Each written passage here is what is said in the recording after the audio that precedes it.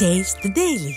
Murugaiyan sir என்னன்னா வழக்கமா ஒரு கட்சி ஆட்சிக்கு வந்தாங்க அப்படின்னா என்னெல்லாம் வாக்குறுதி கொடுத்தாங்களோ அது ஒரு ஆண்டா அட்லீஸ்ட் வந்து நம்மளுடைய கஜானால எவ்வளவு இருக்கு, நம்மளுடைய நிதி நிலைமை எப்படி அப்படிங்கிறதெல்லாம் பார்த்துட்டு அட்லீஸ்ட் எப்போ முடியும் அப்படின்னு திட்டங்கள் போட்டு அதை பண்ணுவாங்க. ஆனால் திமுக ஆட்சிக்கு வந்ததுலேருந்து இப்போ வரைக்கும் எதையுமே பண்ணாமல் பொங்கலுக்கு அப்புறம் பார்த்துக்கலாம், அது எப்போ 2026 அடுத்த எலெக்ஷன் வர்றதப்ப நம்ம பார்த்துக்கலாம் அப்படின்னு லெத்தார்ஜிக்காக இருக்கிறது தப்பு இல்லையா?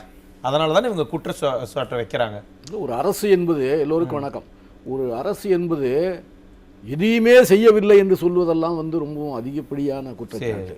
அது செய்யவில்லை எதையுமே அப்படி வேணா மாத்தி சொல்லவா? 4 ஆண்டு நீங்க எப்படி சொல்றீங்க?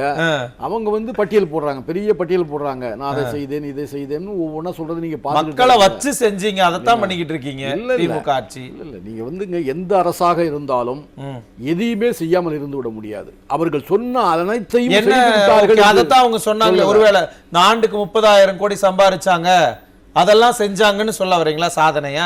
கடன் அதிகமா வாங்கினாங்க அதை செஞ்சோம், டாஸ்மாக் வியாபாரத்தை அதிகப்படுத்தணும் அதை செஞ்சோம்னு சொல்ல வரீங்களா? நீங்க ஒண்ணுமே செய்யலன்னு சொல்றீங்களா? இந்த ஆட்சி மீண்டும் இந்த ஆட்சிக்கு வந்துருச்சுன்னா இந்த நாட்டு மக்கள் ஏமாந்து விட்டார்கள் சொல்ல போறீங்களா? மக்கள் மேல பழி போட போறீங்களா? உண்மை அதுதான் நீங்க ஆரம்பிக்கிறீங்க. அதுதான் சார் உண்மை.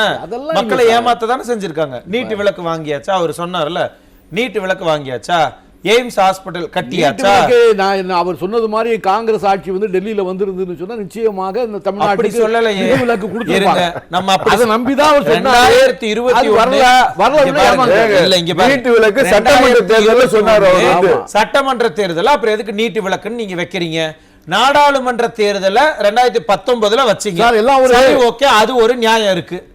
ஆனா 2021 நாங்க முதல் கையெழுத்து நீட்டுன்னு எதுக்கு வச்சீங்க? அப்ப ஏமாத்திருக்கீங்க. அதத்தான் அவங்க சொல்றாங்க.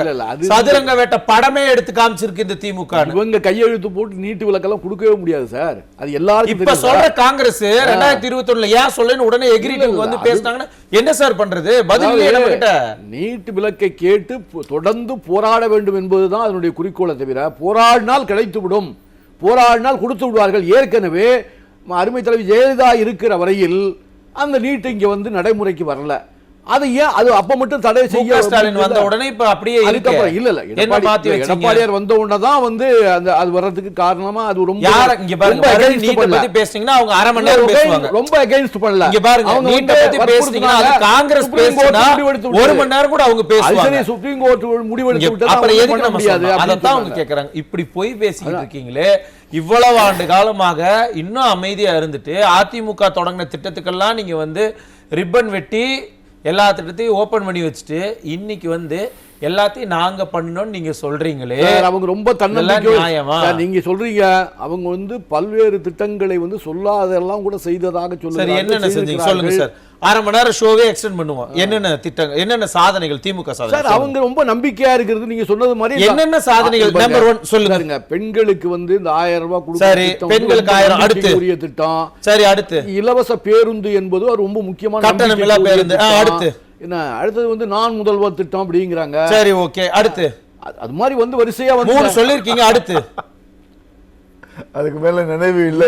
ஆமா இருந்தா தான் பட்டியல் போட்டு அகப்பையில வரும். 4.5 வருஷம் ஆச்சு.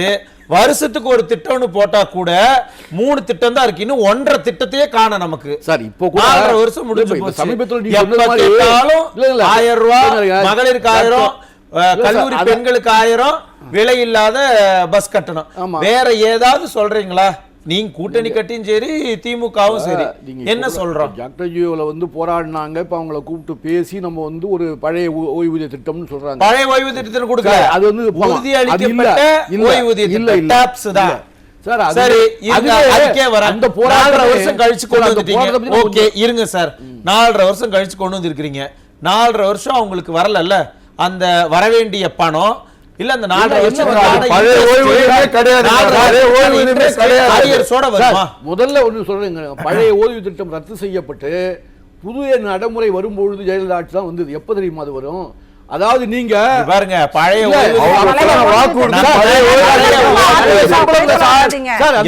ஓய்வு திட்டம் அதன் பிறகு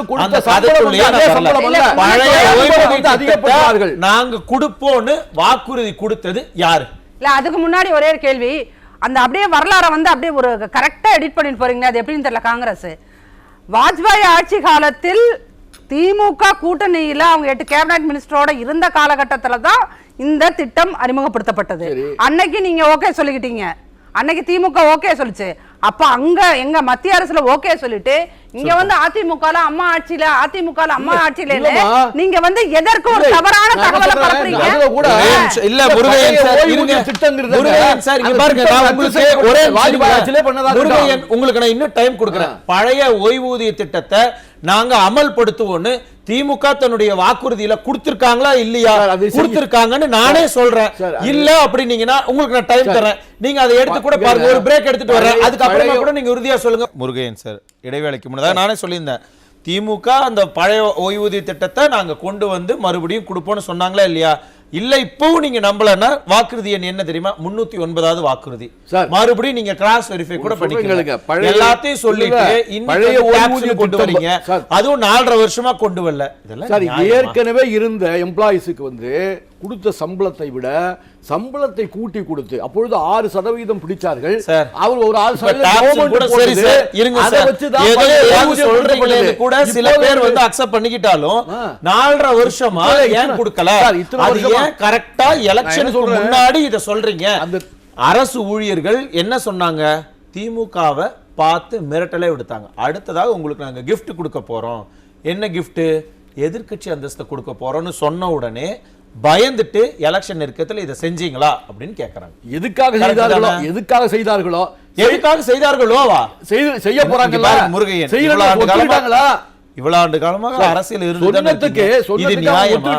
இருங்க, பீகார் எலெக்ஷன்ல இருங்க சார், இதே நீங்க சொன்ன இதே காங்கிரஸினுடைய வாய் பீகார் எலெக்ஷன்ல என்ன நடந்தது? அங்க எலெக்ஷனுக்கு முன்னாடி பாஜக கூட்டணியில இருக்கக்கூடிய ஆளும் அரசு இப்ப மட்டும் சொல்றீங்கல்ல, அதுதான் சொல்றீங்க, குற்றச்சாட்டு மக்களுக்கு சேருது சார். ஆனா தேர்தலுக்காக 3000 கொடுத்து விட்டார்கள், அதையே குறை சொல்றீங்க. குறை சொல்லாதீங்க. அப்ப அங்கேயே என்ன பண்ணாங்க? பீகார் 5000 கேட்டார்ல, இருங்க, பீகார் காங்கிரஸ் கட்சி என்ன சொல்லுச்சு? பீகார்ல 10,000 பெண்களுடைய வாக்குகளுக்காக கொடுத்தாங்க, அவங்களுக்கு லோன் கொடுக்கறேன்னு எல்லாத்துக்கும் 10,000 கொடுத்தாங்க. மறுபடியும் ஆட்சிக்கு வந்து இன்னும் 2 லட்சம் பேருக்கு கொடுப்பேன்னு சொன்னாங்க. சொன்னீங்களா இல்லையா? ஆசையை தூண்டாங்க, அதனால அவங்க ஜெயிச்சாங்க. குற்றச்சாட்டை வச்சீங்களா இல்லையா? அப்ப திமுக என்ன பண்றாங்க? சார் இங்க வந்து கொடுக்கிறது பொங்கல் பரிசு. இது பொங்கலுக்காக வந்தா, தேர்தலுக்காக கொடுத்தது. மக்களுக்கு வந்து ஒரு உற்சாகத்தை கொடுப்பதற்காக பொங்கலுக்காக கொடுக்குறாங்க. நீங்க மட்டும் இங்க உற்சாகத்தை கொடுக்கலாம், ஆனா பீகார்ல அங்க உற்சாகம் கொடுக்க கூடாது. இது என்னங்க நியாயம்? தவறு சொன்னா தவறுன்னு சொல்லுங்க சார். உங்க தலைவரை நீங்க கொடுத்தது 3000 தவறு, அவர் தான் 5000 கொடுங்கன்னாரு. 5000 கொடுங்கன்னு கேட்டாரு, 3000 கொடுக்கல. சார் லேப்டாப் வருஷம் கேட்டுட்டு இருக்காங்க. நீங்க என்ன வேணாலும் வரலாம் சார், கொடுக்கறவங்க தான் முடிவு பண்ணணும் சார். பொங்கலுக்கு கொடுக்கிறது ஏன் இவ்வளவு பொங்கலுக்கு கொடுக்காது இப்ப கொடுக்குறாங்க? நான் கேட்கக்கூடிய போன வருஷம் ஏன் பொங்கலுக்கு கொடுக்கல? பொங்கலுக்கு சொல்றீங்கல்ல, போன வருஷம் ஏன் பொங்கலுக்கு 3000 ரூபாய் கொடுக்கல? அதுக்கு முந்தின வருஷம் 1000 ரூபாய் தான் கொடுத்தாங்க. அப்பவே விடுமுறை தேர்தலுக்காக கொடுக்கறத கூட வச்சுக்கோங்க சார். அதுக்கு தான் தேர்தலுக்காக கொடுக்கறத கூட வச்சுக்கோங்க சார். அதுக்கு தான் எல்லா கட்சியுமே ஒரு சின்ன ஒரே உதாரணம் சொல்லட்டுமா? இருங்க முருகையன் சார், போன தேர்தல்ல எப்படி சொல்லுவீங்க நீங்க? சரி, அப்ப எதுக்கு கடந்த ஆட்சியில 2021 அதிமுக தான் இருந்தாங்க, 2500 ரூபாய் கொடுத்தாங்கல்ல, ஏன் 5000 ரூபாய் கொடுங்கன்னு சொன்னாங்க? எதிர்கட்சியா இருக்கிறவங்க அதிகமா மக்களுக்கு கொடுக்க சொல்லி கோரிக்கை வைக்கிறது இயற்கை சார். இப்ப 5000 ரூபாய் எடப்பாடி 5000 ரூபாய் கேட்கலையா? 5000 ரூபாய் கொடுக்கணும்னு கேட்டாரு. திமுக எல்லாமே மட்டும் இல்ல, எல்லாரும் கேட்டதுனால 3000 வந்திருக்கு. அது கூட மாட்டாங்க. பேரை எடப்பாடியார் வாங்கிக்கணுங்கிறது தான் முன்னாடியே வந்து 5000 ரூபாய் கொடுங்க மக்களுக்கு அப்படின்னு சொன்னது. எங்க எப்படியும் கொடுக்க போறாங்க, அதை நானும் அந்த கோரிக்கை வைத்தேன்னு சொல்றது தான் அவர் சொன்னாரு. அவர் சொல்லதுனால தான் செய்யறாங்க. அவர் சொல்லனா இது கூட வந்திருக்காது. ஒரே ஒரு உதாரணம், 2 ஆண்டுகளுக்கு முன்னாடி நடந்த நிகழ்வு நான் சொல்றேன். 3 ஆண்டுகளுக்கு முன்னாடி என்ன தெரியுமா நடந்தது? இதே பொங்கல் சமயத்துல கரும்பு இல்ல அப்படின்னாங்க. அப்ப என்ன தெரியுமா சொன்னாரு? திருவண்ணாமலையில நான் போராட்டத்தை அறிவிக்க போறேன்னு சொல்லி போராட்டத்தை அறிவிச்சிட்டாங்க. அறிவிச்ச 2வது நாள் பொங்கலுக்கு முழு கரும்பு வரும், வாங்கப்படும் அப்படின்னு அன்னைக்கு அறிக்கை கொடுத்தீங்க. அப்ப உண்மையா ஆட்சி நடத்துறது மு.க. ஸ்டாலின் அவர்களா இல்ல எதிர்க்கட்சி தலைவர் எடப்பாடி கே பழனிசாமி அவர்கள்? சார் நீங்க எல்லாத்தையும் வந்து எதிர்க்கட்சி தலைவர் சொன்னாதான் நீங்க செய்வீங்களா? தேர்தல் நெருக்கத்துல சில உதவிகளை மக்களுக்கு கொண்டு போய் சேர்க்கணும், அப்பதான் மக்கள் நம்மளை நமக்கு ஆதரிப்பாங்க நினைக்கிறது. அவர் சொன்னது அப்ப நியாயம். வன்னியர்களுக்கு 10.5% அறிவித்தது எப்ப சார்? நீங்க எலெக்ஷன் அறிவிக்கிறதுக்கு 10 நாளைக்கு முன்னாடி அறிவிச்சீங்களா?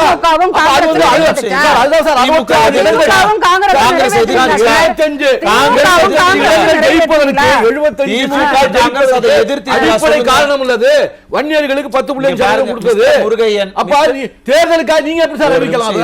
அப்ப அதுக்கு ஏன் முன்னாடி அறிவிக்கல? நீட் தேர்வு இருங்க, நீட் தேர்வு, நீட் விலக்கு நாங்க வாங்கி தருவோம், நீட் தேர்வு ரத்து செய்வோம், முதல் கையெழுத்து. நீங்க ஏமாத்துறீங்கல்ல, ஒரே நிமிஷம் இருங்க.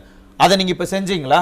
ஒண்ணு இல்ல, 10.5% ஆமா அவங்க அறிவிச்சாங்கதான், நீங்க நிறைவேற்றி காமிச்சீங்களா? நாங்க எப்படி? அதான் கோர்ட்ல தடை விதிக்குது. என்ன தடை விதிச்சாங்க? சட்ட போராட்டம் நடத்துனீங்களா? என்ன சட்ட போராட்டம் நடத்துனீங்க? அப்ப அந்த சமூக மக்களுக்கு துரோகம் இழைத்தது யாரு? இல்ல சார், திமுக தானே. திமுக தானே துரோகம் இழைச்சது. இல்ல அதனாலதான் அந்த மக்கள் தங்களுடைய வாக்கு வராது அப்படின்னு சொல்லிட்டாங்க.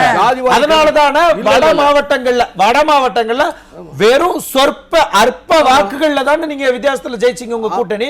அதுக்கு முன்னாடி சாதிவாரி கணக்கெடுப்பு ஏன் உங்க அரசாங்கம் அந்த நடத்தல?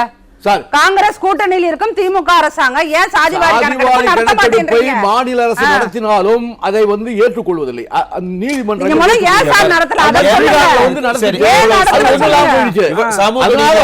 மத்திய அரசாங்கம் நடத்த வேண்டிய வேலை இருங்க. சமூக நீதி ஆட்சி தானே, நம்ம சமூக நீதி ஆட்சி தானே. சாதிவாரி கணக்கெடுப்பினுடைய நோக்கம் என்ன? அனைத்து தரப்பட்ட மக்களுக்கும் எல்லாருக்கும் எல்லாம். உங்களுடைய ஸ்லோகனே அதான சொல்றீங்க, எல்லோருக்கும் எல்லாம் ஆட்சி நடத்த சொல்றீங்களா இல்லையா? சாதிவாரி கணக்கெடுப்பு நடத்த வேண்டியதானே, எல்லாருக்கும் கிடைக்க வேண்டிய உரிமைகளை வாங்கி தர வேண்டியதானே. என்ன இது சார்? சாதிவாரி கணக்கெடுப்பை மாநில அரசு எடுத்தால் அதை ஏற்பதில்லை, நீதிமன்றம் ஏற்பதில்லை. கர்நாடகால அவங்களே ஆரம்பிச்சாங்க, கர்நாடகத்துல எடுத்தாங்க சார், நீதிமன்றம் நிறுத்தி வைத்தது. நீதிமன்றம் நிறுத்தி வைத்தது அது செல்லாது, மத்திய அரசாங்கம் தான் மாதிரி கொண்டு வந்தது. ஒரு நிமிஷம் இருங்க முருகையன். 4.5 ஆண்டு காலமாக எல்லாத்துக்கும் கேட்டுக்கிட்டே இருக்கிறாங்க. ஒண்ணு இல்ல, இந்த செவிலியர்கள் எத்தனை நாளா போராடிக்கிட்டு இருக்காங்க. ஆனா இப்ப சொல்றீங்க 1000 பேருக்கு பணி நியமனம் நாங்க பண்றோம் அப்படின்னு. ஏன் ஒரு 3 வருஷத்துக்கு முன்னாடியோ இல்ல 2 வருஷத்துக்கு முன்னாடியாவது அட்லீஸ்ட் கொடுத்திருந்தா இன்னும் 2 வருஷம் அவங்க வேலை பார்த்துட்டு இருந்திருப்பாங்க. இதுல 2 வருஷம் அந்த செவிலியர்களுக்கும் வேலை கிடைச்சிருக்கும், மக்களுக்கு உண்மையான அந்த எல்லா அரசு மருத்துவமனைகளையும் அவங்களுக்கான சிகிச்சையும் நல்லா கிடைச்சு போராடினாங்க. அவங்க எப்ப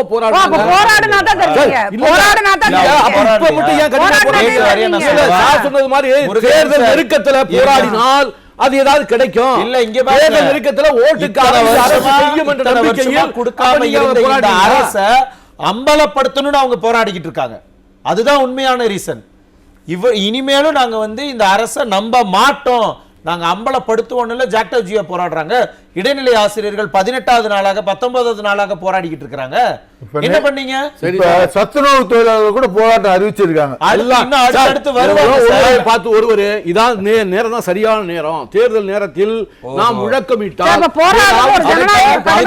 2020 இருந்து 21 வரைக்கும் திமுக இப்படித்தான் எல்லாத்தையும் தூண்டி விட்டீங்களா?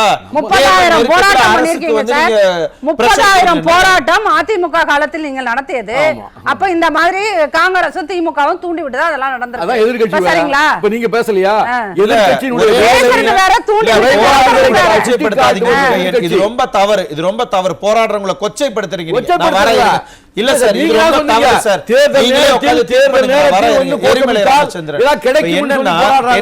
சொல்லுங்க சார், நீங்க தான் சொல்லணும். கூட்டணி கட்சிகளை கூட இவங்க ஏமாத்துறாங்க, மக்களை மட்டும் கிடையாது. பாருங்க எத்தனை வார்த்தைகளை போட்டு எவ்வளவு கடுமையாக நம்மளை விமர்சிக்கும் போது ரோசம் ரொம்ப திமுக விட்டு வெளியே வருகிறேன்னு சொல்லிடுவேன்னு பாக்குறீங்க. ரொம்ப பாதிக்கப்பட்டிருக்கீங்க. அரசியல் ஒரு மாநில கட்சியில சார் அவங்களை நானே நான் குறுக்கிட கூடாது இருந்தேன். ஒரு மாநில கட்சி இல்ல, அகில இந்திய கட்சி சார். இந்தியாவிலேயே இன்னைக்கு காங்கிரஸ் கட்சி 99 இடங்கள் 100 இடங்கள் வைத்திருக்குன்னு சொன்னா நேரடியாக 40 சீட்டுகளும் தமிழ்நாட்டில இருந்து போனது இந்தியா கூட்டணிக்கு தமிழ்நாட்டில இருந்து. அதுல 10 இடம் அங்க அவங்க கிட்ட 30 இடம் இருக்காங்கன்னு வச்சுங்க. அது மாதிரி இருக்கும்போது நீங்க வந்து எப்படியாவது திமுகவிடம் இருந்து காங்கிரஸை அது பிரித்து மாதிரி விட்டால் இருக்கீங்க தானே? பிரித்து இருங்க. விட்டால் போதும் அது சார். மாதிரி பிஜேபி சரிங்க உடைய சார். ஆழ்ந்த திட்டம் சார் இது. அந்த சரி, திட்டத்துக்கு நீங்க தான் நீங்க தீனி இருக்கீங்கல்ல, போடுவது போல இவ்வளவு நீங்க எல்லாம் இருங்க. பேசுறீங்க. 100 இடங்களை பெருசா பேசுறீங்கல்ல, இவ்வளவு இருக்கீங்கல்ல, ஏன் சார் உங்களுடைய 52ல 100 வந்திருக்கு, அது பெருசா சார் எங்களுக்கு. இருங்க சார், நீங்க இவ்வளவு பேசுறீங்கல்ல, 25 சீட்டு தானே போன இதுல வாங்குனீங்க, 26 சீட் இந்த தேர்தல வாங்கிட முடியுமான்னு கேக்குறாங்க. வாங்குவோம் சார். எப்படி நிச்சயமா யார்கிட்ட வாங்குவீங்கன்னு கேக்குறாங்க. அடுத்து இல்ல திமுக ட்ட இல்ல வாங்குவீங்க, சார், வேற நாங்க யார்கிட்ட ஒரு வாங்குவீங்களா? தொகுதிக்கு ஒரு பார்லிமெண்ட் தொகுதிக்கு ஒரு சீட்டு 38 தொகுதி கேட்டிருக்கோம் சார். அதுல வந்து நாங்க ஓ, கேட்டதே 38 தான். ஆமா 37 கேட்டிருக்கோம். போதுங்கிறீங்களா? ஆமா, இல்ல அவ்வளவுதான் வேட்பாளர் பார்லிமெண்ட் தொகுதிக்கு ஒரு சீட் வேணும்னு கேட்டிருக்கோம். உங்களுடைய மேலிட வேட்பாளர் கிரீஷ் ஜோடங்கர் என்ன சொல்றாரு? 60 plus ன்னு அவர் கேக்குறாங்க. 60 இல்ல, அவர் வந்து அந்த நெல்லை மாநாட்டுல என்ன சொன்னாரு? பாதிக்கு பாதி. 120 சீட் எங்களுக்கு வேணும்னாரு. அதெல்லாம் 120 வந்து 38ல வந்து நிக்குதா? 117 நிப்போம் அப்படின்னு கிரீஷ் சோடங்கர் சொன்னாரு. நாங்க ஆட்சியில பங்கு, அதிகாரத்துல பங்கு எல்லாமே சார் சொல்லிட்டு. எல்லாமே எங்கள் கட்சி தொண்டர்களை உற்சாகப்படுத்த வேண்டும், வேகப்படுத்த வேண்டும், அரசியல் களத்துல வந்து கொண்டாந்து நிக்க இல்ல அப்ப இல்ல இல்ல சொல்லலாம் அப்ப சார். இல்ல இல்ல ஏமாத்துறீங்க. அப்ப என்னன்னா, நீங்களே ஏமாத்துறீங்க சார். திமுக மட்டும் காங்கிரஸே ஏமாத்தல. ஏமாத்துது. காங்கிரஸே உங்க தொண்டர்களை தொண்டர்களை ஏமாத்துறாங்கன்னு ஏமாத்துறாங்க. எல்லா சொல்றாங்க. கட்சியுமே ஒண்ணுமில்லாத கட்சியில நாங்க ஆட்சியில் வந்து பங்கெடுக்க போறோம், ஆட்சியை பிடிக்க போறோம். யார் சார் ஒண்ணுமில்லாத எல்லா- கட்சி? யார் சொல்ல? தேமுதிகவில இருந்து அது பாட்டாளி ஒண்ணுமில்லாத மக்கள் கட்சியா? கட்சியில பாருங்க, இருந்து நாளைக்கு எல்லாருமே கூட்டணியில சொல்றாங்க வரேன்னு சார். சொல்லிட்டு இருக்காங்க, பாத்துக்கங்க. என்னது? இல்ல வணக்கம். இப்ப எந்த கூட்டணி வேணாலும் நடக்கலாம், ஒண்ணுமில்லாத கட்சி இந்த வார்த்தைகளை எல்லாம் நான் அனுமதிக்க முடியாது. என்ன இருக்கு? அது ரொம்ப தப்பு மிஸ்டர் முருகன். ஏன்னா உடனே அப்ப காங்கிரஸ் கட்சி ஒண்ணுமில்லாத சார். கட்சி இவங்க சொல்லிட்டாங்க, நீங்க எங்க போவீங்க? சார், ஒரு அரசியல் அதெல்லாம் கட்சி- சொல்லக்கூடாது. அப்படி அரசியல் சொல்லக்கூடாது. கட்சி ஆட்சியில வர வேண்டும், ஆட்சிக்கு வர வேண்டும் என்று பேசுவதோ, அதிக இடங்களில் நிற்க வேண்டும் என்று பேசுவதோ, அது ஒரு இயற்கையான ஒண்ணு சார். அதுக்காக வேண்டி இங்க பாருங்களேன், ஒரே நிமிஷம் அதிகாரப்பூர்வமாக முருகன், இங்க பாருங்க, எங்க கூட்டணி டெல்லி தலைமையால் வேற நியமிக்கப்பட்ட முருகன். ஐவர் குழு கூட்டணி போய் பேசுறது தான் சார். கணக்குகள் இருங்க கரெக்டான பாயிண்ட் புடிச்சிட்டீங்க. கூட்டணி கணக்குகளுக்குள்ளே நான் வரல. ஏமாற்றப்படுகிறீங்களா அப்படின்னு ஒரு கேள்வி வச்சேன்ல. ஆமா, நீங்க ஏமாற்றப்படுகிறீங்க அப்படிங்கறது எப்படி சொல்றாங்க தெரியுமா? இவ்வளவு சொல்றீங்கல்ல, நாங்க பெரிய கட்சி, தேசிய கட்சி, எங்களை இப்படி எல்லாம் சொல்லாம 5 பேர் கொண்ட குழு அனுப்புனாங்கல்ல, 1.5 மாசமா உட்கார்ந்துகிட்டு இருக்கீங்கல்ல, ஏதாவது ஏன் ஒரு போய் பேசணுமே? பேச்சுவார்த்தையில ஏதாவது ஒரு முடிவு எட்டப்பட்டுச்சா? எங்கள் கோரிக்கை ஏதாவது ஒரு முடிவு எட்டப்பட்டுச்சா? சார், இன்னும் தேர்தலுக்கு காலம் இருக்கு. Yes, sir. நாங்கள் போய் அப்புறம் எதுக்கு காலம் இருக்கிறதுக்கு முன்னாடி 6 மாசத்துக்கு முன்னாடி எதுக்கு நீங்க அதே சார், இது மாதிரி குழுவுல? இல்ல, ஆளாளுக்கு வந்து ஒவ்வொரு கருத்தை சொல்லுவதை கொஞ்சம் குறைத்துக் கொள்ள சரி, வேண்டும். அந்த கருத்தை இருங்க, அதை குறைச்சிங்களா? அதை குறைச்சிங்களா? தொண்டர்களை கூட விடுங்க சார். உங்களுடைய எம்பிக்கள் பேசுறாங்கல்ல, அதை நீங்க குறைச்சிங்களா? உங்களுடைய எம்எல்ஏக்களுக்கு அவமானம் நடந்திருக்கு, அதை தட்டி கேட்டீங்களா? இல்ல உங்களுடைய கட்சிக்காரர்னு சொல்லிட்டு ஒருத்தர் இன்னொரு கட்சியினுடைய தலைவர் போய் சந்திக்கிறாரு, பேசுறாரு, வராரு, ஏதாவது கண்டனம் வந்துச்சா? நடவடிக்கை எடுத்தீங்களா? அப்போ உண்மையிலுமே நீங்க ஏமாற்றப்பட்டு கொண்டிருக்கிறீர்கள் அப்படின்னு கண்டிக்கல சார். எங்களுடைய தமிழ்நாடு தலைமையில் இருக்கிறவர் வந்து சொல்லிட்டாரு, அவர் பேசுறதுக்கும் எங்களுக்கு சம்பந்தம் இல்ல, அது கட்சிக்கு உடன்பாடு உடையதல்ல. நாங்கள் கட்சிக்கு ஐவர் கொண்ட கிரீஷ் சோடங்கர் யார் அனுப்புனாங்க? கிரீஷ் சோடங்கர் யார் அனுப்புனாங்க சார்? அது மத்திய குழு அமைச்சது சார், இல்லன்னு சொல்ல. ஹை கமாண்ட் அனுப்புனவங்க தானே? ஆமா. அப்ப அதுதானே பார்ட்டியுடைய வாய்ஸ், அதுதானே? சரி, அதுதானே வாய்ஸ். சரி, பிரவீன் சக்கரவர்த்தி பேசினார்ல, தமிழகத்திலிருந்து தலைமை ஏதாவது நடவடிக்கை எடுத்தாங்களா? தமிழக பொறுப்பாளர் அவர் ஏதாவது நடவடிக்கை எடுத்தாரா? இல்ல ஹை கமாண்ட் ஏதாவது நடவடிக்கை எடுத்தாங்களா? இல்ல இல்ல சார். அப்ப நீங்களே உங்க தொண்டர்களை ஏமாத்துறீங்க, திமுக கிட்ட ஏமாந்துக்கிட்டு தான் இருக்கிறீங்க. அதான உண்மை சார். நீங்க ஒண்ணுமே சொல்லாம இருந்தா திமுக நீங்க சொல்றது மாதிரி 25ல இருந்து 18க்கு வந்துருவாங்க, 20க்கு வந்து சொல்றீங்களா? அந்த இடத்து கூட வருவாங்க சார் அவங்க. நான் இல்லன்னு சொல்லல. அப்ப ரெண்டு பேரும் மாத்தி மாத்தி உங்களை ஏமாத்திட்டு இருக்கீங்க. அதுக்காக நீங்க ஏமாத்துறீங்க, நாங்க ஏமாற உங்களை ஏமாத்துறாங்க. நாங்கள் ஏமாற அருமையான காம்போ சார். சார், நாங்க ஏமாற மாட்டோம் சார். நீங்க அவங்களை ஏமாத்துறதும் அவங்க உங்களை ஏமாத்துறதும் அருமையா இருக்கு. கடைசியில பாருங்க, மக்கள் உங்களை ஏமாத்திடுவாங்க. ஏமாந்துறாதீங்க. எங்களை ஏமாற்ற நினைத்தால், எங்களை ஏமாற்ற நினைத்தால் நீங்கள் ஏமாந்து போய்விடுவீர்கள். நாங்க சொல்றோம், ரெண்டு பேரும் ஏமாத்த நினைச்சு 2 பேரும் ஏமாந்துட்டு போக வேண்டியதுதான். நன்றி நன்றி நன்றி நன்றி. நன்றி. கட்சி கூட்டணி இன்னும் ஒண்ணும் முழுவதும் மறந்திய என்னது புரியல சார். இந்த கூட்டணியாவது இந்த லெவல்ல இருக்கு. என்ன இருக்கு? எதிர்க்கட்சி கூட்டணியில பலம் பொருந்திய ஒரு கூட்டணி இன்னும் அமையலை சார். அந்த நம்பிக்கை கூட்டணியில காங்கிரசுக்கும் திமுகவுக்கும் பேச்சுவார்த்தையில என்ன முடிவுன்னு கேட்டதுக்கு என்ன சொன்னீங்க? இன்னும் இவ்வளவு நாள் இருக்கு, எதற்காக நாங்க இப்பவே பேசணும்? இல்ல சார், நாங்க அப்ப மட்டும் சொல்லுவீங்க. அதிமுக கூட்டணி பாஜக இருக்காங்க, பாமக வந்தாச்சு, இன்னும் 3 நாட்கள் இன்னொரு பெரிய கட்சி வருது. இன்னைக்கு நேத்து ஜான் பாண்டியன் வந்திருக்காரு. உங்களுக்கு இன்னைக்கு ஜான் பாண்டியன் அவர் அறிவிச்சிருக்காரு. நான் NDA ல இருக்கிறேன்னு நல்லா சொல்லிட்டாரு. வரட்டும். இங்க பாருங்க, எதிர்க்கட்சி இந்த பலம் காலையில அடையட்டும். வேகாது மிஸ்டர் முருகையன். சார், நன்றி. இதே உங்க இறுதி கருத்தை எடுத்துக்கிறேன். எதிர்க்கட்சி கோவிந்தராஜன் பலம் சார். அடையட்டும், எதிர்க்கட்சி என்னன்னா பலம் அடையட்டும். தன்னோட இருக்கக்கூடிய நன்றி சார்.